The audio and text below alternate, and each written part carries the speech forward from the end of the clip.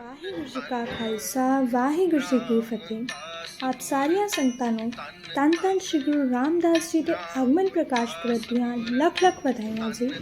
ਇਸ ਪ੍ਰਕਾਸ਼ ਪੁਰਬ ਨੂੰ ਸਮਰਪਿਤ ਗੁਰਦੁਆਰਾ ਸ਼੍ਰੀ ਗੁਰੂ ਰਾਮਦਾਸ ਜੀ ਗ੍ਰੀਨ ਪਾਰਕ ਵਿਖੇ ਗੁਰਬਾਣੀ ਕੀਰਤਨ, ਗੁਰਬਾਣੀ ਕੰਠ ਅਤੇ ਪਗੜੀ ਪ੍ਰਤੀਯੋਗਿਤਾ ਦਾ ਉਪਰਾਲਾ ਕੀਤਾ ਗਿਆ ਹੈ ਜੀ।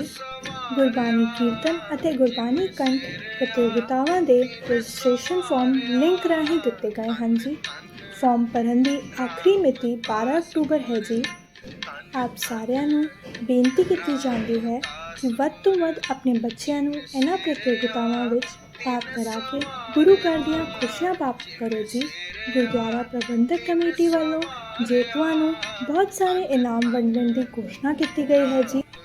ਆਪ ਸਾਰੀਆਂ ਸੰਗਤਾਂ ਨੂੰ ਦੋਵੇਂ ਹੱਥ ਜੋੜ ਕੇ ਬੇਨਤੀ ਕੀਤੀ ਜਾਂਦੀ ਹੈ ਕਿ ਇਹਨਾਂ ਪ੍ਰਤੀਯੋਗਿਤਾਵਾਂ ਵਿੱਚ ਵੱਧ ਤੋਂ ਵੱਧ ਹਿੱਸਾ ਲਓ ਜੀ ਅਤੇ ਗੁਰੂ ਘਰ ਦੀਆਂ ਖੁਸ਼ੀਆਂ ਪ੍ਰਾਪਤ ਕਰੋ ਜੀ। ਵਾਹਿਗੁਰੂ ਜੀ ਕਾ ਖਾਲਸਾ ਵਾਹਿਗੁਰੂ ਜੀ ਕੀ ਫਤਿਹ।